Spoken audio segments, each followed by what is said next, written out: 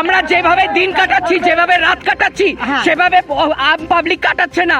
আমরা ভয় জর্জরিত হয়ে রয়েছি, কখন কখন আমাদের উপর অ্যাটাক হতে পারে।